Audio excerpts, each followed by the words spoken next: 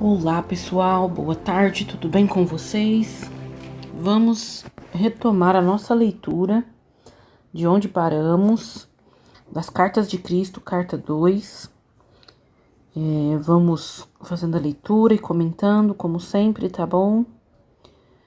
Sejam bem-vindos mais uma vez e vamos continuar então de onde paramos.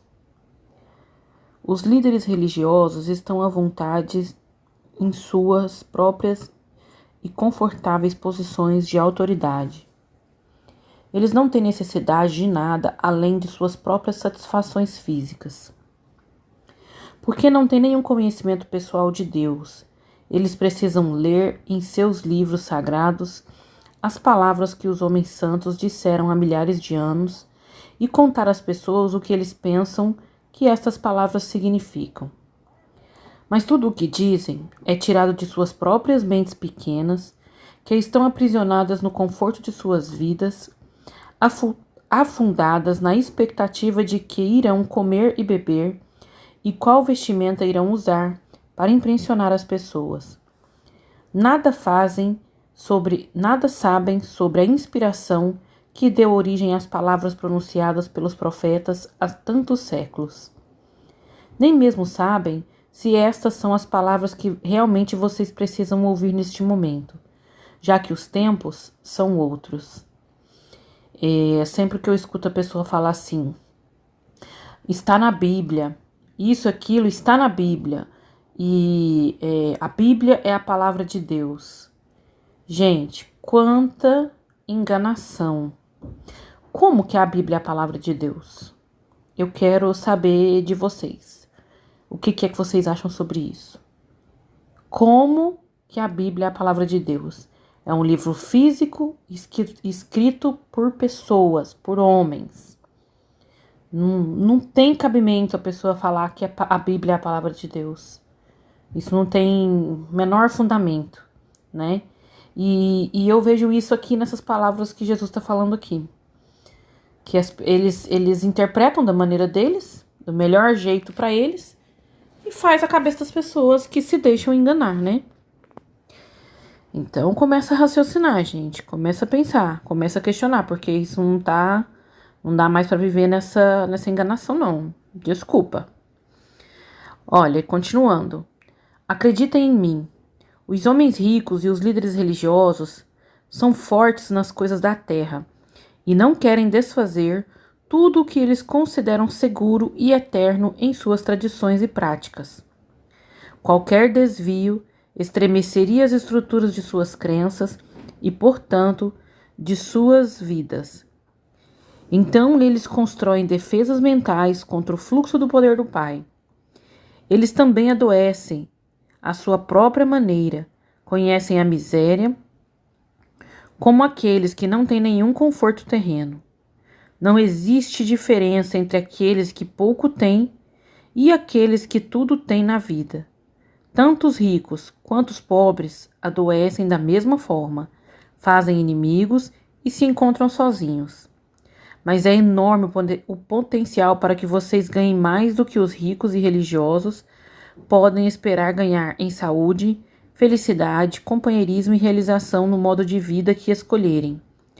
E quando tudo estiver cumprido, vocês saberão que as oportunidades, a habilidade e a inspiração, tudo procede do Pai, que está dentro de vocês. Saberão que nunca poderiam ter feito tais coisas se não tivessem pedido ao Pai, que está em vocês, para ajudá-los a utilizar todos os seus talentos, para colocar comida em abundância em suas despensas, e roupas nos seus corpos, e felicidade e uma boa vida para os seus filhos. Todas essas coisas o Pai fará por vocês, se assim o pedirem, se acreditarem, se souberem e lembrarem sempre que é a natureza do Pai criar e então prover abundantemente para toda a sua criação. Assim como vocês não iriam deliberadamente privar seus filhos das coisas que eles precisam, assim o Pai nunca os privará, propositalmente, de tudo aquilo que necessitam para uma vida feliz. Se vocês são pobres, é porque ainda não compreendem a natureza do Pai. nem tampouco entendem que devem trabalhar com o Pai para cobrir suas próprias necessidades.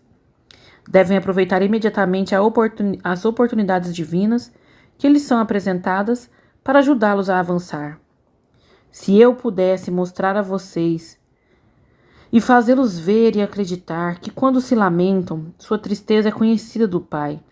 Se voltassem para o Pai e observassem o trabalho que o Pai Amor está fazendo para vocês, com o tempo sua tristeza se converteria em alegria e encontrariam consolo além de qualquer coisa que imaginassem possível.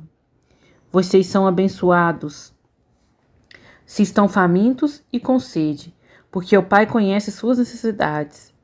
Em breve, estas necessidades seriam saciadas se pararem de se lamuriar e começassem a rezar para o Pai, pedindo, acreditando que iria receber. Como podem acreditar que para comer e estar bem vestido é preciso primeiro ir ao templo e oferecer um sacrifício, queimando as próprias criaturas vivas do Pai, para que elas paguem por seus pecados? Não conseguem ver que os seres vivos que vocês queimam foram criados para desfrutar da vida tanto quanto vocês? Eles foram criados para ser uma bênção e ser abençoados na terra, assim como vocês, pois esta é a natureza do Pai Amor, que se revela em sua criação. Gente, eu vou comentar aqui com vocês uma coisa. Antigamente eles faziam isso, né? Queimavam animais no templo para queimar, para quitar os pecados, para serem perdoados. E hoje eu vejo isso também. Não da mesma forma. Hoje é diferente. Hoje as pessoas pensam que por frequentar a igreja estão no caminho certo, por lerem a Bíblia estão no caminho certo, por confessarem estão no caminho certo, né? Eu estou congregando, eles falam muito isso também, eu vejo muitas pessoas falarem isso. E tipo assim, não é bem por aí, gente. A única forma de curar os nossos defeitos, de quitar as nossas dívidas, nossos pecados, no caso, não é pecado, mas os nossos erros diante dos nossos irmãos, é mudando de atitude, mudando de consciência, é perdoando e pagando pelo que a gente fez. Não adianta ir à igreja rezar e voltar a fazer tudo errado de novo. Isso não tá certo. Não adianta. Então não justifica uma pessoa frequentar culto, frequentar a igreja, frequentar centro espírita e outras, qualquer templo que seja, não importa qual religião, e no entanto voltar a cometer os mesmos erros e pensar, depois eu vou lá e faço isso ou aquilo, que é o critério lá do lugar, e pronto, eu tô quitada. É a mesma coisa que antigamente eles faziam. Erravam, pecavam e matavam animais como sacrifício para quitar os próprios débitos. Então é a mesma coisa, tá? Se lembrarem que aquilo em que realmente se acredita é aquilo que se recebe, não percebem que esta crença judaica de sacrifício de seres vivos no templo vai trazer apenas miséria? Essas palavras aqui, ele estava falando lá na pregação que ele estava fazendo no dia, por isso que ele está falando com essas palavras, tá, gente? Acreditem em castigo, e castigo é o que receberão. Acreditem na morte e destruição como sendo o caminho certo para chegar a Deus, e é isso que experimentarão: matança e destruição. Se estão com fome e com sede, é porque não estão se afastando do Pai, que habita em vocês, ao se entregarem aos terríveis pensamentos, anseios e sentimentos de desesperança. Vocês estão criando as mesmas condições que desejam corrigir. Estão fazendo todas essas coisas ruins contra si mesmos. Por conseguinte, vocês são ainda mais bem-aventurados quando estão com fome e sede de bondade e do contato com o Pai, que habita em vocês, porque então certamente serão saciados 100 de vezes. Isso aqui está na Bíblia, gente. Bem-aventurados os que têm sede de amor, a justiça, né? É exatamente essa frase aqui que ele falou. Por conseguinte, vocês são ainda mais bem-aventurados quando estão com fome e sede de bondade e do contato com o Pai. Quer dizer, Quanto mais desejo de estar em contato com o Pai você tiver, mais contato com o Pai você terá. Você é um bem-aventurado. A questão de eu discutir muito a Bíblia não é nem questão do que está escrito lá. É a questão do que interpretam de que está escrito lá. As versões distorcidas sobre o assunto, né? Nem sempre é só o que está escrito lá. Por isso que eu não sou assim muito ligada à escritura da Bíblia, porque as pessoas não compreendem e mandam aquelas coisas assim sem o menor sentido, né? Ó, bem-aventurados quando os atacam e roubam, porque quando permanecerem em perfeita confiança, verão Deus em ação e a libertação acontecendo. Bem-aventurados são quando estão envolvidos em conflito e ainda assim podem ser compassivos com o próximo e ser os pacificadores. Levam no coração o amor que vem do Pai e realmente são filhos do Pai. Bem-aventurados são quando, mesmo sendo profundamente injustiçados, ainda assim podem perdoar e demonstrar misericórdia, abstendo-se de buscar justiça ou perseguir a quem os tenha insultado. Coloquem-se diretamente em sintonia com o amor que é Deus, ativo em vocês, e da mesma forma serão poupados nos momentos de dificuldade. Os mais abençoados de todos são os puros de coração, porque estes se livrarão de toda raiva, ódio, vingança, maldade, inveja e dureza de coração, e estão diante do mundo como o amor feito visível. Eles vão conhecer a realidade chamada Deus, e saberão que a realidade é o Pai dentro deles. Como posso ajudá-los a ver esta grande verdade? Como posso ajudá-los a ver a realidade do reino dos céus, o reino de Deus? Vocês não têm que ficar olhando para o céu, porque não é lá onde verão a atividade do Pai, de forma tão clara que, sem dúvida alguma, reforçará a sua fé. É aqui onde, através dos séculos, as pessoas têm cometido o grande erro de olhar para os seus sonhos e imaginação, criado por si mesmo um Jeová que não existe. Não encontrarão o Pai acima de vocês, em algum lugar do céu. O Pai não está em nenhum lugar especial, mas em todo lugar, ao redor e em tudo. Vocês podem ver a maravilhosa atividade do Pai.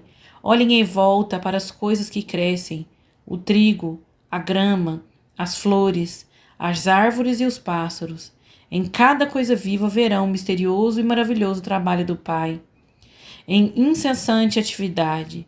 É aqui que o Pai está, no perfeito controle.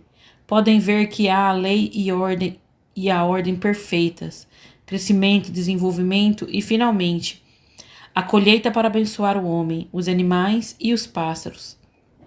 Considere a maneira com que um homem, depois de terminar de lavar os seus campos, lavrar os seus campos, espalha as sementes sobre a terra e as cobre novamente. Ele arruma suas ferramentas e vai para casa satisfeito, pois afinal, se chover suficientemente, haverá comida para alimentar os seus filhos. Por muitos dias ele dorme e acorda e não faz nada mais pela sua plantação. Mas quando volta a visitá-la, verá verdes folhas saindo da terra. Mais tarde voltará e verá o crescimento de caules e folhas, e mais tarde ainda ele verá a formação da semente e um dia, finalmente, que o grão já está cheio e dourado, pronto para a colheita. Enquanto isso, todo esse crescimento ocorreu sem a ajuda dele. O trigo cresceu de uma forma maravilhosa que ele não pôde explicar. É mágica? Não. É o trabalho do Pai, o poder, a inteligência amorosa por todo o universo, que inspira o trabalho e respira por meio dele. É a atividade do Pai, que é a vida inteligente do universo. Quando entram no reino de Deus, você se sente bem, sente-se felizes e alegres. Imaginem como se sentiria uma mulher que perdesse uma grande quantidade de dinheiro e se perguntasse como daria de comer às suas crianças. A mulher está chorando e varrendo a casa, e é tão minuciosa que não fica uma partícula de poeira. Então, escondida em um canto escuro, ela encontra uma valorizada peça de prata e imediatamente suas lágrimas secam. Ela começa a sorrir e se sente tão viva e alegre que sai correndo de casa para convidar os vizinhos a celebrar com uma festa. Ela pensava que havia perdido tudo e agora estava rica novamente. Assim é quando encontram o reino dos céus, o reino de Deus. Ao invés de lágrimas e temores, fome e doença, encontram a paz, a alegria, a abundância e a saúde do reino de Deus. Nunca voltarão a experimentar qualquer tipo de necessidade novamente. O reino de Deus também pode ser comparado a um homem muito rico que era comerciante de pérolas. Toda a sua vida, ele havia querido encontrar uma pérola especial que ofuscasse todas as demais. Seria perfeita e impecável, e ele seria a inveja de todos os demais comerciantes. Um dia ele encontrou a tal pérola, linda, além da imaginação, mais perfeita que todas as demais. Vendeu tudo o que possuía, abandonou tudo o que havia acumulado para comprar aquela pérola e estava feliz, para além de todos os seus sonhos. O que significa isso? Significa que todas as coisas que anteriormente valorizava em sua vida, sua casa ricamente decorada, seus bens, seu modo de vida, a abundância de comida e de bebida, ele alegremente deu para possuir o tesouro sem preço, o conhecimento que o levará até o reino de Deus, onde a felicidade é um estado da mente que o mundo exterior, com todos os seus aborrecimentos e preocupações, não pode perturbar. O reino de Deus está em vocês. Entram no reino de Deus quando percebem plenamente que o Pai está o tempo todo ativo em vocês. É um estado de mente, de perfeição e entendimento, de que a realidade por trás e dentro de todas as coisas visíveis é o Pai, formoso e perfeito, e que todas as coisas que são contrárias à beleza, à harmonia, à saúde e à abundância são criações do pensamento equivocado do homem. Eu sofria ao vê-los sofrer, mas não precisavam sofrer, mas se escutarem o que eu tenho para dizer. Mas devo avisá-los de que o caminho que leva ao reino dos céus é difícil de seguir, e isso quer dizer que, primeiro, terão de lidar com seu eu, porque é que terão que se ocupar do eu, porque é o desejo de proteger e de promover seu bem-estar pessoal que procedem todos os pensamentos, palavras e atos egoístas. Provavelmente vocês perguntarão: por que eu deveria preocupar-me com isso? Se o que diz é verdade, que não há castigo, que Deus não vê as falhas, então por que deveríamos estar preocupados com a maneira como nos comportamos? Há tanta coisa para ser aprendida aqui que eu mal sei por onde começar. Como já expliquei, vocês extraem sua vida do Pai, portanto, extraem sua capacidade de pensar e de amar do Pai. Como o Pai inteligência é criativo, assim também a consciência de vocês é criativa. Com a sua mente e coração, vocês realmente modelam os planos de suas próprias vidas e experiências. E qual tipo de vida vocês planejam e modelam em suas mentes? Se alguém irrita ou machuca vocês, retalham de alguma forma, acreditam que se alguém se apropria de seu olho, deveriam retirar o olho do adversário em troca? Acreditam que quem mata deve ser morto como castigo ou compensação? Acreditam que quem os rouba deve pagar por isso? Que aquele que rouba sua mulher deveria ser apredejado junto com a sua esposa? Acreditam que é necessário exigir o pagamento pelo mal que passa por sua vida? Como é da natureza humana ferir os outros e vocês têm sido ensinados a retalhar, suas vidas são um contínuo cenário de guerra. Guerra no lar, entre os maridos e esposas, filhos vizinhos, entre pessoas políticas, entre pessoas públicas e também entre as nações. O Pai ignora esta guerra em suas vidas, mas conhece a tensão que surge dela em suas mentes e corpos. Mas nada pode fazer para aliviar essa dor, até que vocês mesmos coloquem um fim a ela. Vocês mesmos devem cessar a luta e viver em paz com suas famílias, seus vizinhos, entre empresários, entre pessoas públicas e entre os países. Só então, o trabalho amoroso do Pai poderá tomar seu lugar em sua mente, coração, corpo e vida. Só então poderá reconhecer e ver o trabalho amoroso que está sendo realizado em vocês e para vocês, pelo Pai. Lembrem-se, também da grande lei. Vocês colhem exatamente aquilo que plantam. Não se pode colher figos de amoreiras, nem uvas das árvores de espinhos, ou colher trigo do joio. Pense nisso e compreendam esta parábola, porque isso é muito importante para vocês, não somente nos dias de hoje, mas também em todos os seus dias e anos que virão, mesmo na eternidade.